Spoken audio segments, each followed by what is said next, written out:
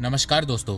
पिछले 10 सालों से मोदी गवर्नमेंट इंडियन इंफ्रास्ट्रक्चर को स्ट्रांग बनाने के लिए बहुत मेहनत कर रही है, बहुत पैसा खर्च कर रही है और इसका रिजल्ट हमें देखने को भी मिल रहा है। पिछले 10 सालों में भारत में कई किलोमीटर्स के रोड, हाईवे, एक्सप्रेसवे बने हैं, पोर्ट्स बने हैं, एयरपोर्ट बने हैं। रेलवे इंफ्रास्ट्रक्चर को स्ट्रांग बनाने के लिए रेल ट्रैक्स बनाए गए हैं, डेडिकेटेड फ्रेट कॉरिडोर्स बनाए गए हैं, वंदे भारत ट्रेन लॉन्च की गई है, जिससे ओवरऑल भारत का इंफ्रास्ट्रक्चर तेजी से ट्रांसफॉर्म हो रहा है। तो जहां एक तरफ बीजेपी गवर्नमेंट इंफ्रास्ट्रक्चर को स्ट्रांग बनाने के लिए बहुत मेहनत कर रही है, वहीं दूसरी तरफ आज भी भारत में बहुत सारे प्रोजेक्ट अपनी टाइमलाइन से पीछे चल रहे हैं। According to ministry of statistics and programme implementation के मुताबिक भारत में इस समय सेंट्रल गवर्नमेंट के 1838 प्रोजेक्ट चल रहे हैं, जिसमें से 792 प्रोजेक्ट अपने टाइमलाइन से डिले चल रहे हैं, जिसके चलते बहुत से इंफ्रा प्रोजेक्ट की कॉस्ट भी बहुत ज़्यादा बढ़ गई है।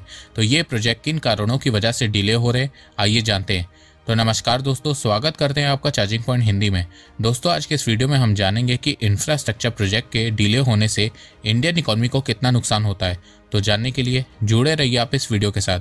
देखो, अगर किसी भी देश को तेजी से ग्रो करना होता है तो वो देश अपने यहाँ इंफ्रास्ट्रक्चर को स्ट्रांग बनाने में लग जाता है, क्योंकि इंफ्रास्ट्रक्चर को इकोनॉमी का बैकबोन माना जाता है। इंफ्रास्ट्रक्चर के डेवलप होने से सिर्फ देश की इकोनॉमी ग्रो नहीं होती है, उसके साथ में देश की सोशल डेवलपमेंट भी बहुत तेजी से होने लगती है। जिस देश का इंफ्रास्ट्रक्चर स्ट्रांग होता है, उस देश की ट्रांसपोर्ट कनेक्टिविटी स्ट्रांग हो जाती है, जिससे ट्रैवलिंग आसान हो जाती है, बिजनेसेस को फायदा होता है, इंडस्ट्रीज को फायदा होता है। आप कम टाइम में प्रोडक्ट को देश के किसी भी कोने में भेज देते हैं, ट्रांसपोर्टेशन कॉस्ट कम लगती है, जिससे ओवरऑल टाइम और पैसा दोनों बचता है। साथ में देश में मैन्युफैक्चरिंग बढ़ती है और देश का एक्सपोर्ट भी तेजी से बढ़ने लगता है। 2014 से हमें यह देखने को मिल रहा है कि मोदी सरकार देश के इंफ्रास्ट्रक्चर को स्ट्रांग बनाने के लिए बहुत ज़्यादा मेहनत कर रही है और साथ में बहुत ज़्यादा पैसे भी खर्च कर रही है। पिछले कुछ सालों में देश में खूब road, highway, expressway, rail, port, airport बनाए गए हैं, जिससे देश में ट्रांसपोर्ट कनेक्टिविटी स्ट्रांग और स्मूथ हुई है, जिससे देश के बैकवर्ड एरियाज भी डेवलप हो रहे हैं। इसके अलावा मोदी सरकार देश के इंफ्रास्ट्रक्चर को स्ट्रांग बनाने के लिए इंफ्रा बजट को हर साल तेजी से बढ़ा रही है। जहां 2014 में भारत का इंफ्रास्ट्रक्चर का बजट 1.8 लाख करोड़ रुपीस था, वहीं 2024 में यह बढ़ के 11,11,000 करोड़ रुपए हो गया है। भारत अब अपनी जीडीपी का 3.3% इंफ्रास्ट्रक्चर पे स्पेंड कर रहा है, जबकि 8-9 साल पहले ये 2.5% हुआ करता था। इंफ्रास्ट्रक्चर का बजट इंक्रीज करने से पिछले 10 सालों में नेशनल हाईवे की लेंथ 60% बढ़ी है, वहीं 4 लेन नेशनल हाईवे 2.5 गुना बढ़ा है। एक्सप्रेसवे की बात करें तो 2004 से 14 के बीच भारत में 760 किलोमीटर एक्सप्रेसवे बना था, वहीं 2014 से 2024 के बीच भारत में 4,500 किलोमीटर एक्सप्रेसवे बनाए। रेलवे की बात करें तो पिछले 10 सालों में 44,000 किलोमीटर रेल इलेक्ट्रीफाइड हुई है, 31,000 किलोमीटर रेल पटरियां ऐड हुई हैं, 1,320 स्टेशन रीडेवलप हुए हैं, 54,000 कोच मैन्युफैक्चर हुए हैं, 2700 किलोमीटर का फ्रेट कॉरिडोर देश में बना है। 2014 से पहले भारत में फ्रेट कॉरिडोर था ही नहीं। 2014 में भारत का रेल बजट 45,000 करोड़ रुपए था, वहीं 2024 में यह बढ़ के 2.4 लाख करोड़ रुपीस हो गया है। मेट्रो की बात करें तो साल 1984 में भारत में पहली बार मेट्रो कोलकाता में चलाई गई थी। 1984 से 2014 तक भारत के सिर्फ 5 सिटीज में मेट्रो थी और आज के समय 22 सिटीज में मेट्रो है। पिछले 10 सालों में भारत की पावर कैपेसिटी 70% बढ़ी है और ग्रीन एनर्जी कैपेसिटी 138% इंक्रीज हुई है। पिछले 10 सालों में 74 एयरपोर्ट बने हैं, 7 IIT, 7 IIM, 15 एम्स, 390 यूनिवर्सिटीज बनाई गई हैं। भारत में इंफ्रास्ट्रक्चर स्ट्रांग होने से रेल और रोड में ट्रैफिक 2.5 गुना बढ़ा है। मतलब अब भारत के रेल और रोड पे हैसल फ्री मूवमेंट हो रही है। इसके अलावा लॉजिस्टिक कॉस्ट भी डाउन हो रही है। अब ये सब जान के आप लोगों को लग रहा होगा कि भारत बहुत तेजी से आगे बढ़ रहा है। तो देखो, नो डाउट भारत बहुत तेजी से आगे बढ़ रहा है, पर इंफ्रास्ट्रक्चर का एक नेगेटिव साइड भी है और वो है डिलेड प्रोजेक्ट। हमने ये कई बार देखा है कि भारत में political parties infra project announce तो खूब करती हैं, पर उसमें से टाइम पे कंप्लीट बहुत कम होते हैं। मिनिस्ट्री ऑफ स्टैटिस्टिक्स के मुताबिक भारत में इस समय सेंट्रल गवर्नमेंट के 1838 प्रोजेक्ट चल रहे हैं, जिसमें से 792 प्रोजेक्ट ने टाइमलाइन से डिले चल रहे हैं। यहाँ पे मैं उन प्रोजेक्ट की बात कर रहा हूँ जिनकी कॉस्ट 150 करोड़ रुपए से ज़्यादा है। 792 डिलेड प्रोजेक्ट में से 220 प्रोजेक्ट 1 से 12 महीने डिले चल रहे हैं, 192 प्रोजेक्ट 13 से 24 महीने डिले चल रहे हैं, 259 प्रोजेक्ट 25 से 60 महीने डिले चल रहे हैं और 121 प्रोजेक्ट 60 महीने यानी कि 5 साल डिले चल रहे हैं। अब इन प्रोजेक्ट के डिले होने से इनकी कॉस्ट भी बहुत तेजी से बढ़ रही है। 1838 प्रोजेक्ट में से 459 इंफ्रा प्रोजेक्ट की कॉस्ट 20% तक बढ़ गई है। जब ये प्रोजेक्ट अनाउंस हुए थे तो उस समय 1838 प्रोजेक्ट की कॉस्ट 27,64,246 करोड़ रुपए थी, जो अब बढ़ के 33,19,601 करोड़ रुपए हो गई है।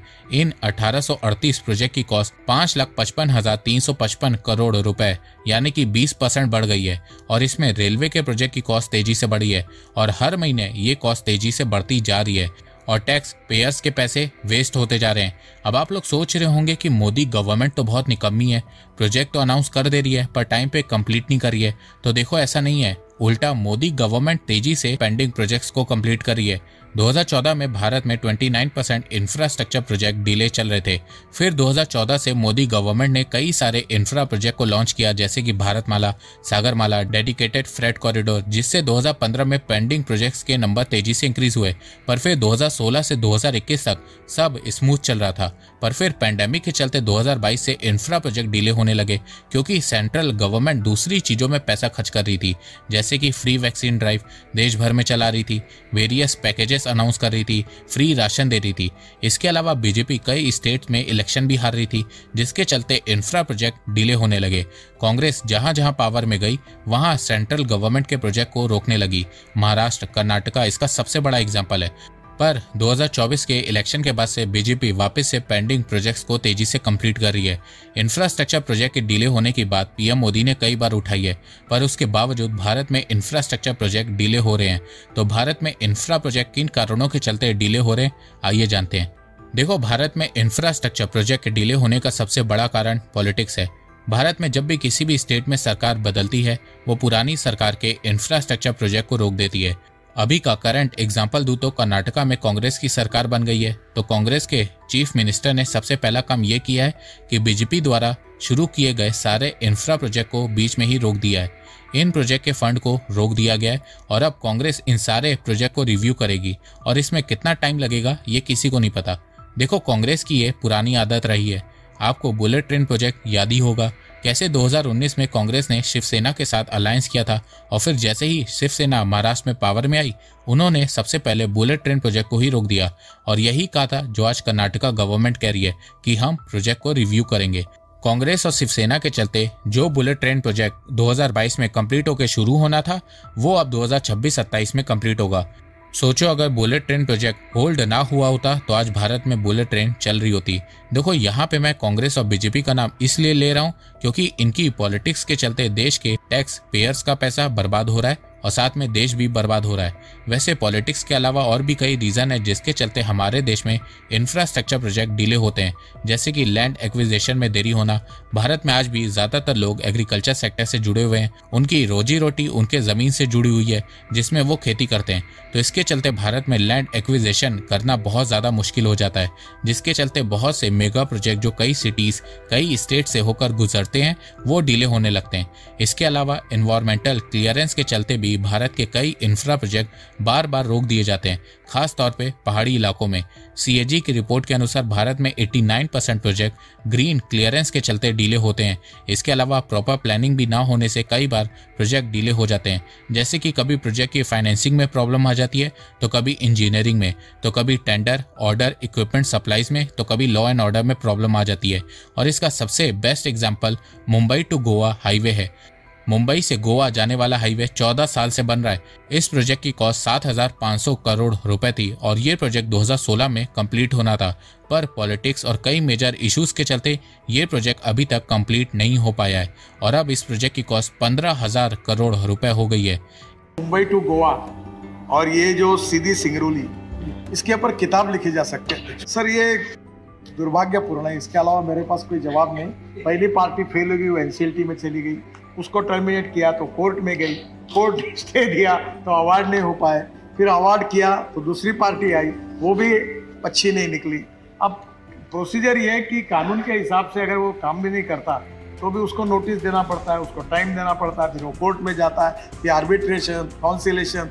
अब ये प्रोसीजर है और उसको किए बिना कुछ कर नहीं पाते। पर सच्चाई ये है, जो मैं बिल्कुल एक्सेप्ट करता हूँ, कि बहुत तकलीफ इनको होती है। इसके अलावा करप्शन भी एक मेजर कॉज है, जिसके चलते भारत में इंफ्रा प्रोजेक्ट की कॉस्ट बहुत ज्यादा बढ़ जाती है और फिर वो प्रोजेक्ट ज्यादा दिनों तक चलते भी नहीं है। बिहार इसका सबसे बड़ा एग्जाम्पल है। बिहार में ब्रिज कोलैप्स होना एक आम बात है। 2 महीनों में 15 पुल गिर जाते हैं बिहार में, और इन सभी प्रोजेक्ट से करप्शन जुड़ी हुई है। How did this 1700 crore rupee under construction road bridge across the Ganga River in Bihar's Bhagalpur district collapse? Another day, another bridge collapse. This is the story of Bihar.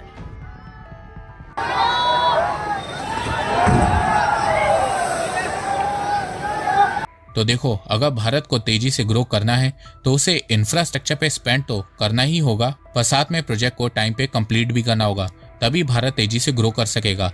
और ये चीज भारत को China से सीखना होगा। चाइना में एक proper planning से इंफ्रा प्रोजेक्ट अनाउंस होता है और फिर कंप्लीट होता है। इसके अलावा चाइना में 1 पार्टी सिस्टम के चलते कोई भी प्रोजेक्ट को बीच में नहीं रोकता है। अब भारत में तो 1 पार्टी सिस्टम नहीं है, तो भारत में एक रूल या एक बिल पास होना चाहिए कि राज्य में किसी की भी सरकार बने वो इंफ्रा प्रोजेक्ट को बीच में ना रोके, क्योंकि इंफ्रा प्रोजेक्ट रुकने से टैक्स पेयर का पैसा तो बर्बाद होता ही है, साथ में लोगों का टाइम भी वेस्ट होता है और ट्रैवलिंग करने में भी प्रॉब्लम आती है। तो दोस्तों, आपको ये वीडियो कैसा लगा? आप अपनी राय मुझे कमेंट सेक्शन में बताइए। तो अब तक के लिए बस इतना ही। धन्यवाद। जय हिंद, जय भारत।